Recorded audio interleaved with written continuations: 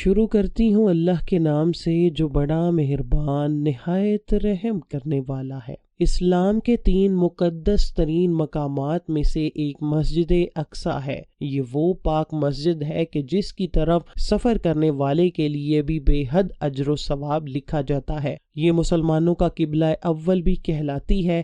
تقریباً 1.5 سال تک حضور صلی اللہ علیہ وسلم اور آپ کے صحابہ مسجد اقصی کی طرف ہی منہ کر کے نماز پڑھتے رہے۔ اس میں حکمت یہ تھی کہ مکہ مکرمہ میں تو مشرکین سے امتیاز اور ان سے مخالفت کا اظہار کرنا تھا، اس لیے ان کا قبلہ چھوڑ کر بیت المقدس کو قبلہ بنا دیا گیا۔ پھر ہجرت کے بعد مدینہ طیبہ میں یہود و نصارہ سے امتیاز اور ان کی مخالفت کا اظہار مقصود ہوا تو ان کا قبلہ بدل کر بیت اللہ کو قبلہ بنا دیا گیا۔ مسجد اقصی کی تاریخ بہت دلچسپ و عجیب ہے۔ اس کی تعمیر ناقابل یقین واقعات سے بھری پڑی ہے۔ معراج النبوی میں حضور اکرم صلی اللہ علیہ وسلم نے مسجد اقصی ہی میں تمام انبیاء کی امامت کروائی، جو اس بات کی دلیل ہے کہ اس مسجد کا اسلام سے گہرا تعلق ہے۔ مختصر بات یہ ہے کہ مسجد اقصی مسلمانوں، عیسائیوں اور یہودیوں تینوں مذاہب میں ہی ایک مقدس مقام کا درجہ رکھتی ہے۔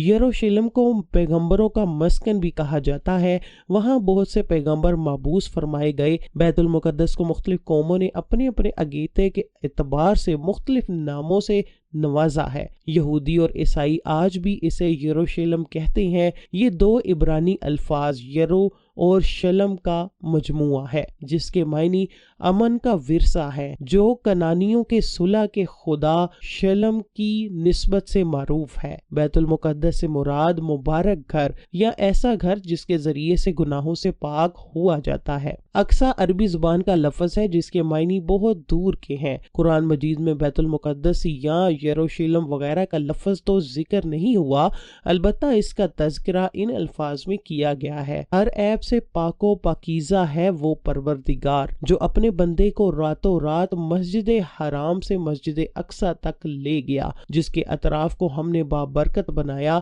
تاکہ ہم اسے اپنی بعض نشانیاں دکھلائیں۔ بے شک وہ پروردگار سب کچھ سننے والا اور سب کچھ دیکھنے والا ہے۔ مسجد اقصی سے مراد بیت المقدس ہے۔ حضرت ابو ذر رضی اللہ تعالی عنہ سے مروی ہے کہ یہ ارض مقدس فلسطین کا علاقہ ہے کہ میں نے رسول اکرم صلی اللہ علیہ وسلم سے پوچھا کہ زمین میں سب سے پہلے کون سی مسجد بنائی گئی، تو نبی اکرم نے فرمایا مسجد الحرام بیت اللہ۔ تو میں نے کہا کہ اس کے بعد کون سی؟ تو نبی پاک صلی اللہ علیہ وسلم فرمانے لگے مسجد اقصی۔ میں نے سوال کیا کہ ان دونوں کے درمیان کتنا عرصہ ہے؟ تو نبی نے فرمایا کہ 40 سال۔ پھر جہاں بھی تمہیں نماز کا وقت آ جائے نماز پڑھ لو، کیونکہ اسی میں فضیلت ہے۔ احادیث کے مطابق اس مسجد میں ایک نماز 25,000 نمازوں اور بعض روایات کے مطابق 50,000 نمازوں کے برابر ہے۔ ایک روایت کے مطابق مسجد اقصی کو سب سے پہلے خود حضرت آدم علیہ السلام نے تعمیر کیا تھا اور بعد میں حضرت ابراہیم علیہ السلام نے اسے دوبارہ تعمیر کروایا تھا۔ روایتوں کے مطابق اللہ نے حضرت جبرائیل علیہ السلام کو خصوصی طور پر حضرت آدم کی طرف بھیجا اور حکم دیا کہ مسجد الحرام اور مسجد اقصی کی تعمیر کریں۔ ابن ہشام نے اپنی تاریخ میں لکھا ہے کہ جب بنی اسرائیل فلسطین میں مضبوط ہوئے اور ان کی ریاست قائم ہوئی تو حضرت داؤد علیہ السلام نے بیت المقدس کی دوبارہ بنیاد رکھی اور پھر آپ علیہ السلام کے جانشین اور فرزند حضرت سلیمان علیہ السلام نے مسجد اقصی کی مکمل تعمیر فرمائی۔ غرض یہ کہ احادیث اور تاریخی روایتوں سے یہ پتہ چلتا ہے کہ بیت المقدس کو کئی مرحلوں اور کئی ادوار میں بار بار تعمیر کیا گیا، نیز اس کی تجدید کئی پیغمبروں نے کی۔ مسجد اقصی کی مکمل تعمیر حضرت سلیمان علیہ السلام کے دور میں ہوئی، جس کی تائید نہ صرف اسلامی بلکہ اسرائیلی روایتوں سے بھی ملتی ہے۔ یہ بات بہت مشہور ہے کہ مسجد اقصی کی پہلی تعمیر حضرت داؤد علیہ السلام اور ان کے بیٹے حضرت سلیمان علیہ السلام نے کی، لیکن یہ بات غلط ہے کیونکہ ہم پہلے بھی حدیث بیان کر چکے ہیں کہ جس میں حضرت ابو ذر غفاری نے حضور اکرم صلی اللہ علیہ وسلم سے پوچھا کہ بیت اللہ اور مسجد اقصی کی تعمیر میں کتنے سال کا فرق ہے؟ تو حضور نے فرمایا کہ 40 سال کا۔ اس حدیث سے ثابت ہوتا ہے کہ مسجد اقصی کی بنیاد رکھنے والے بھی حضرت آدم ہی ہیں۔ ان کے بعد حضرت ابراہیم نے حضرت آدم کی مقررہ کردہ بنیادوں پر مسجد اقصی کی تعمیر نو کی۔ حضرت ابراہیم کے بعد حضرت داؤد نے اللہ کی عبادت کے لیے اس عظیم الشان مسجد کا از سر نو تعمیر کا آغاز کیا۔ اسی تعمیر کو ہیکل سلیمانی کہا جاتا ہے، جسے حضرت سلیمان علیہ السلام نے اپنے والد کی وصیت کے مطابق نہایت اہتمام اور شان سے مکمل کروایا، یہاں تک کہ اس کی تعمیر میں اتقان و استحکام کے لیے جنات سے بھی خدمت لی گئی۔ چونکہ حضرت سلیمان نے اس مسجد بیت المقدس کی تکمیل کی اور نمایاں عظیم الشان تعمیرات آپ علیہ السلام نے کروائیں، اس لیے اسے ہیکل سلیمانی کہا جاتا ہے۔ معلوم ہوا کہ ہیکل سلیمانی سے مراد وہی مسجد بیت المقدس ہے جس کی تعمیر کا ذکر قرآن مجید میں بھی ہے اور جو آج تک موجود ہے، جہاں سے رسول اللہ صلی اللہ علیہ وسلم کو معراج کے موقع پر آسمانوں کے سفر کے لیے لے جایا گیا تھا۔ اس کے علاوہ مزید کوئی خاص وجہ کی تعمیر مراد نہیں ہے۔ پھر حضرت سلیمان علیہ السلام نے اس کی تکمیل فرمائی۔ جب حضرت سلیمان مسجد اقصی کی تعمیر فرما رہے تھے تو ابھی اس میں کچھ کام تعمیر کا باقی تھا، اور یہ تعمیر کا کام جنات کے سپرد تھا۔ جنات کو تو جانتے ہی ہوں گے آپ کہ ان کی طبیعت میں سرکشی غالب ہوتی ہے، وہ تو صرف حضرت سلیمان کے خوف سے کام کرتے ہیں۔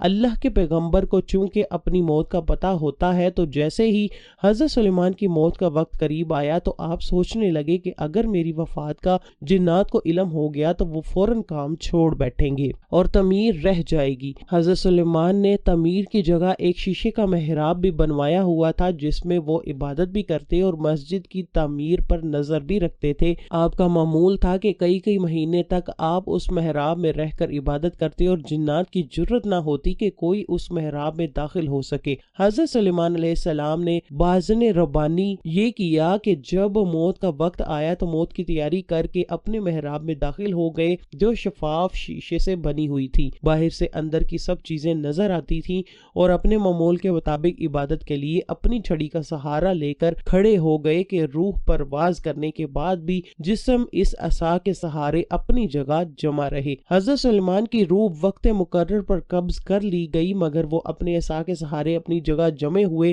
باہر سے ایسے نظر آتے تھے کہ عبادت میں مشغول ہیں۔ جنات کی یہ مجال نہ تھی کہ پاس آ کر دیکھ سکیں۔ حضرت سلیمان علیہ السلام کو زندہ سمجھ کر کام میں مشغول رہے، یہاں تک کہ سال بھر گزر گیا اور تعمیر بیت المقدس کا بقیہ کام پورا ہو گیا تو اللہ تعالیٰ نے گھن کے کیڑے کو، جس کو دیمک بھی کہا جاتا ہے، حضرت سلیمان کے عصا پر مسلط کر دیا، جس نے لکڑی کو اندر سے کھا لیا، اور سہارا جیسے ہی ختم ہوا تو حضرت سلیمان کا جسم زمین پر گر گیا، جس سے جنات کو بھی پتہ چل گیا کہ حضرت سلیمان کی روح پرواز کر چکی ہے۔ اس واقعے کو اللہ تعالیٰ نے سورہ سبا میں یوں بیان فرمایا ہے: پھر جب ہم نے ان پر موت کا حکم بھیجا تو جنوں کو ان کی موت کا علم نہ ہوا، مگر زمین کی دیمک ان کا عصا کھاتی رہی، اور جب سلیمان علیہ السلام زمین پر آئے تو جنات پر بھی وہ حقیقت کھل گئی۔